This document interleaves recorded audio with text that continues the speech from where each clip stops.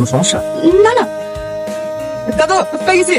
কোথায় পালাবি? তুই আমাকে চিনিস নি। 7 ফুট মাটি তলা দেখলে খুঁজে বার করবো। চট যাবো না আমি, সত্যি ছেলে করি বাদেও আমি ওই ছেলেকে বিয়ে করবো না। ছাড়ো আমাকে। ভালো চাস তাকে বাড়ি হাট। যাবো না, মরে গেলেও যাবো না। বাসান, বাসান আমাকে। সমস্যা কি তোমাদের? ও তো যাবো না বলছে, জোর করছে কেন? ছাড়ো ওকে। কারা এরা? তোমার বাড়ির লোক? হ্যাঁ বে, তুই কোন ওই দাসপাল?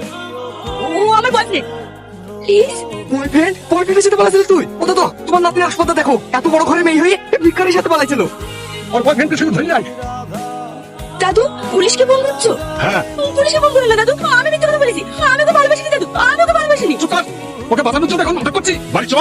আমার কথাটা একটু শুনেন। এই, তুই চুপ কর, একটা কথা বলবি না। নাতনিকে প্রেমে চালে ফাঁসিয়ে ফাঁকি নিয়ে যাচ্ছিল। আমরা তো থানাতে আসছি। ঠিক আছে, আপনারা বাগান রাস্তায় চলে আসুন, আমরা রাস্তায় দাঁড়াচ্ছি। ঠিক আছে স্যার। কোথায় ছিল? জমিপুর বাস স্ট্যান্ডে, ওখান থেকেই ধরে নিয়ে আসলাম। কদিন ধরে চলছে ব্যবসা? এইসব আপনারা কি বলছেন? কিসের ব্যবসা? আমি তোকে চিনি না।